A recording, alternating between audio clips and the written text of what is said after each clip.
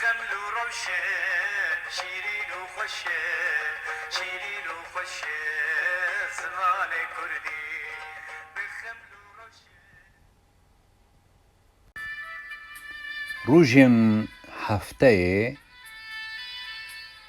روژên hefteyê dişem, sêşem, çarşem, pênşem, ên, şemî, yekşem. Dişem, sêşem, çarşem, pênşem, ên, şemî û yekşem.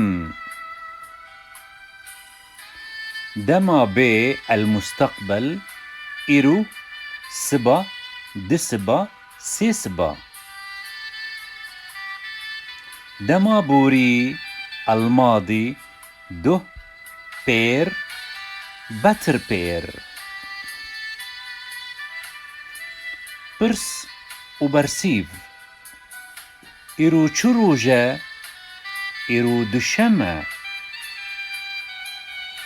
Duh çi roj bû? Duh yekşem bû. Hîndarî îro çarşem e. Siba çi roj e? Siba pênşem e. Siba pênşem e.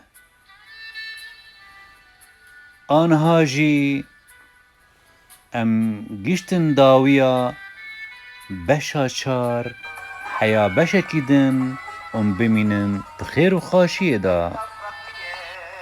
kubra khaniye زمان کردی بیت فقیه